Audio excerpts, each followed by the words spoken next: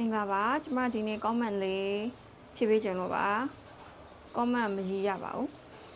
ကိုသိန်းဦးသိန်းထူကမေးထားတာပါအစစ်အမြစ်တွေကြိုက်ခဲနေတာ TV ဖြစ်နိုင်လားတဲ့လောလောဆယ်တော့ခေါက်လို့ပြောပါတယ်တဲ့ခေါက်ဆေးတောက်လည်းမပြောက်ဘူးတဲ့နော်ဆိုတော့အဲ့ဒါလေးဖြည့်ပေးပါမယ်ဘုံ TV ပေါ့နော်ကျမဒီနေ့ပြောချင်တာဘုံ TV ဆိုတာကသူကကြတော့ TV ကလေအခုချက်ချင်းဖြစ်အခုချက်ချင်း TV မဟုတ်ဘူးသူဒီအချိန်ယူတယ်တဖြ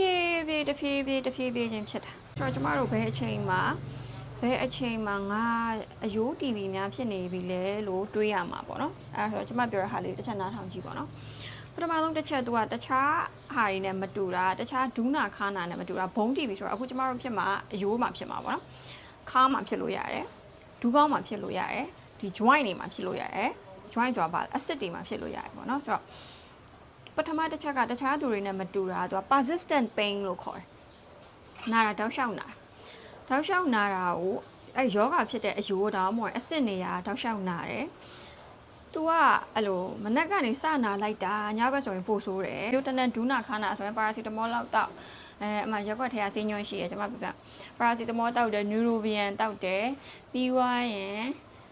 အစာအိမ်စီလေးခံတောက်တယ်ဆိုပြောလို့တောက်တယ်ပေါ့နော်သူတို့ရက်ွက်ထဲကဆေးညွှန်းနဲ့မပြီးဘူးပေါ့နော်ပိန်းကိလာတောင်အားနဲ့မပြီးတော့ဆိုတော့အဲ့တစ်ချက်ဖြစ်ပါတယ် persistent pain ပါတောက်လျှောက်နာတာပါနောက်တစ်ခုကကျတော့ကျမတို့ရောင်တာပါရောင်နေဆိုတာကျမတို့ဖြစ်တဲ့ affected နေရာမှာပေါ့နော်ကျမတို့ဒီအယိုးနေရာမှာလက်ကောက်ဆိုလက်ကောက်ဒူးကောင်းဆိုလဲဒူးကောင်းကြောရိုးဆိုလဲကြောရိုးပေါ့နော်အဲ့မှာအလုံးကြီးပေါ့နော်အကျိတ်လိုမျိုးဖောင်းထွက်လာတတ်ပါတယ်အဲ့ဒါဒီကျမတို့တာမန်ဘက်တီးရီးယားပိုးဝင်တယ်လို့မျိုးပြည်တဲ့နာလိုမျိုးပူနီနာရောင်ပေါ့နော်အနာရပူနေတဲ့နီးနေတဲ့နာကြီးရောင်ကိုင်းနေရပဲအဲ့လိုမဟုတ်ဘူး cold abscess လို့ခေါ်ပါတယ်မနာပဲနဲ့ပြည်တဲ့နာလိုမျိုးအဖုကြီးထွက်လာတတ်ပါတယ်အဲ့ဒါနံပါတ်2ပါဘက်3ကကြတော့ movement restriction ဖြစ်လာတာပါအစစ်တွေကတောင့်တင်းပြီးလှုပ်ရှားခတ်လာတာပါမနေ့အိပ်ရထားတဲ့အချိန်မှာအစစ်တွေကတောင့်ပြီးကိုယ်ရဆန့်ရတာခက်ခဲတတ်ပါတယ်အဲ့တော့ဘာလဲဥမာခါတို့ဒူးကောင်းတို့လိုဟာမျိုးမှာဖြစ်တယ်ဆိုရင်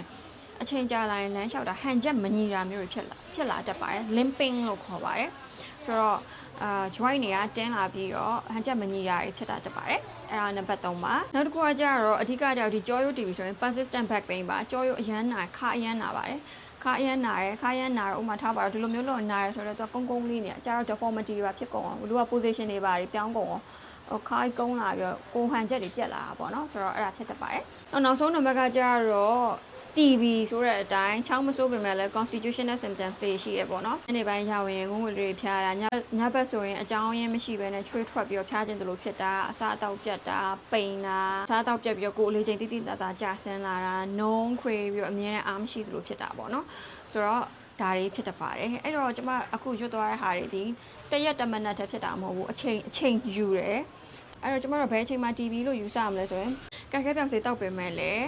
အကဲပြောက်စေးတောက်ပေမဲ့လည်းတက်တာတဲ့နဲ့ဟာကိုထင်တလောက်ကြီးမတက်တာဘူးအခုတောက်တယ်တရက်လောက်တက်တာနောက်နေ့ပြန်ဖြစ်တာပဲမတက်တာပဲနဲ့တဖြည်းဖြည်းနဲ့လာရရက်တီပိုးကြလာတာမျိုးတွေနောက်တစ်ခုကကျတော့ထုံနာကျင်နာတွေနဲ့တွဲလာတာပါခါယိုကျမတို့ခါယို TV ဆိုရင်ခါယိုရဲ့အာယုံကြောမာယိုဖိမိတဲ့အခါမှာတောက်တွေထုံလာတယ်လမ်းလျှောက်ရင်အားမရှိသလိုဖြစ်တယ်စီးတွေဝမ်းတွေမထိန်နိုင်တော့ဘူးเนาะအဲ့ဒါမျိုးတွေသိတာလာပါတယ်နောက်တစ်ချို့ကကျတော့ခါယိုပုံစံပြောင်းလာတာပါအထူးသဖြင့်ကလေးငယ်တွေဒါမှမဟုတ်လူကြီးတွေမှာခါယိုငေါထွက်လာမျိုးတို့ဖူပြီးတော့ထွက်လာတာမျိုးတို့ဆိုရင်လည်းကျမတို့သတိထားပါမယ်နောက်တစ်ခုကကြတော့ကျွန်တော် TV လူနာနဲ့တွေ့ဘူးတာပေါ့နော် TV လူနာနဲ့တွေ့ဘူးတာဖြစ်ဖြစ်ဒီကိုယ့်ရဲ့မိသားစုဝင်ထဲမှာပဲ TV ဆေးတောက်နေရတဲ့သူရှိတာပဲဖြစ်ဖြစ်ပတ်ဝန်းကျင်မှာပဲဖြစ်ဖြစ်ပေါ့ဒါမှမဟုတ်ကိုယ်တိုင်က TV ရာဇဝင်ရှိတယ်အရင်တော့ကုဘူးတယ်အခုတော့အယိုးတွေနာလာတယ်ပဲဖြစ်ဖြစ်အဲ့ဒါဆိုရင်ကျွန်တော်တို့တန်တရားရှိတယ်မှာတကယ်လို့အယိုး TV ဆိုရင်လည်းအယိုး TV ဆိုရင်ကျမတို့က TV ဆေးကို6လနေပြီးတော့တစ်နှစ်ခွဲလာမသိဘူးအဲ့လောက်တောက်လိုက်ရင်အဲ့လိုယူပြတယ်လို့ပျောက်တယ် TV ကကုရနတ်တီဆေးမရှိမဟုတ်ဘူးเนาะ TV ကပျောက်တယ်လीเนาะဆိုတော့ကုလိုင်းပျောက်တယ်အဓိကဆော့တိဖို့ပဲပေါ့เนาะအဲ့တော့ကျမရွတ်သွားတဲ့ဟာတွေပါရင် TV လားဆိုပြီးတော့ကိုတန်တရားကိုမြင်ဆရာဝန်နဲ့တော့ပြပါ Thank you